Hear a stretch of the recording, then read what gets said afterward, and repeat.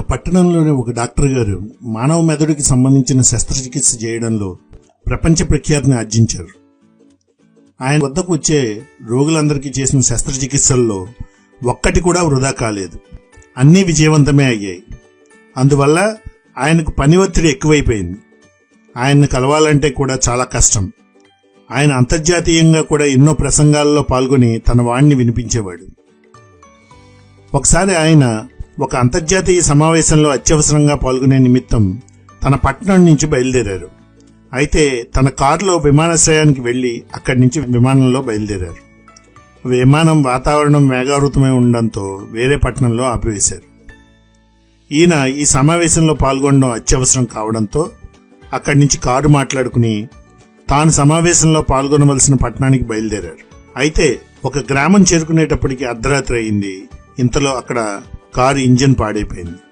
ఆ డ్రైవర్ ఉదయం అయ్యేంత వరకు ఏమీ చేయలేమని అక్కడ దగ్గరలో ఉన్న ఇంటివారిని అభ్యర్థించి నేటి రాత్రికి వేచి ఉండవలసిందిగా తెలిపాడు.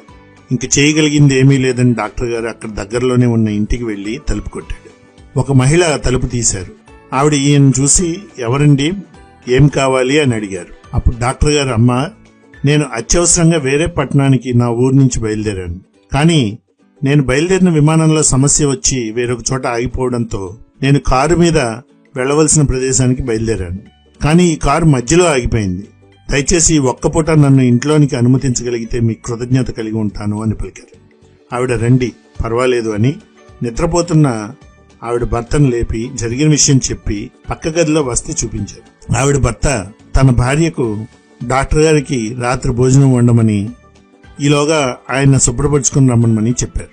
ఆ మహిళ ఆయనకు అన్నీ సిద్ధం చేసి డైనింగ్ టేబుల్ పై అన్నీ ఉంచి తన భర్తని ఆయనకు కావలసినవి చూసుకోమని పక్క గదిలో ప్రార్థన చేసుకోసాగారు. డాక్టర్ గారు స్నానం చేసి వచ్చి ఆవిడ చేసిన వంటకాలను భుజిస్తూ ఆవిడ ఆ సమయంలో కూడా ప్రార్థన చేయడాన్ని గమనించి ఆవిడ దేని గురించి అంత తపంతో ప్రార్థిస్తున్నారు అని ఆవిడ భర్తని అడిగారు. ఆయన పక్క గదిలో ఉన్న వారి అబ్బాయిని చూపిస్తూ, మా అబ్బాయి మెదడుకు సంబంధించిన అరుదైన వ్యాధితో బాధపడుతున్నాడు. అది ఎవరికో గానీ రాదు. ఇక్కడ ఉన్న స్థానిక డాక్టర్ గారు అంతా పరీక్షించి ఈ వ్యాధికి చికిత్స చేయగలిగిన వారు ఈ ప్రపంచంలో ఒక్కరే ఒక్కరు ఉన్నారు. ఆయన్ని మీరు కలవడం ఎంతో కష్టం. ఆయన అంతటి ప్రముఖ డాక్టర్ అని ఎంతగానో చెప్పారు. ఇది చెప్పి 4 రోజులైంది. అప్పటి నుంచి మా ఆవిడ ఆ డాక్టర్ గారితో ముఖాముఖి కలిసి మా బాధ చెప్పుకునే అవకాశాన్ని ఏర్పరచమని ఆ దైవాన్ని ప్రార్థిస్తోంది అని తెలిపారు. అది విన్న డాక్టర్ గారు పరమాశ్చర్యానికి లోనై స్తబ్దులైపోయారు. తర్వాత తేరుకుని, అయ్యా, మీ భార్య ప్రార్థిస్తున్న మరియు ముఖాముఖి కలవాలనుకుంటున్న డాక్టర్ ఎవరో కాదు, అది నేనే. నేను ఈ క్షణం దాకా కూడా నేను ప్రయాణిస్తున్న విమానంలో సమస్య రావడానికి, మరలా నా కారు ఆగిపోవడానికి అంతా కూడా కాకతాళీయంగా సంభవించిన ఘటనగా మరియు నా యోచనకు వ్యతిరేకంగా కలిగిన అడ్డంకులుగా భావిస్తున్నాను. ఇందులో ఉన్న దైవిక హస్తాన్ని గుర్తించలేదు. మీ ప్రార్థనా శక్తి నన్ను ఇక్కడికి రప్పించింది. మీ అబ్బాయికి వైద్యం చేయడం నాకు లభించిన అదృష్టం. తప్పనిసరిగా చేస్తానని పలికారు.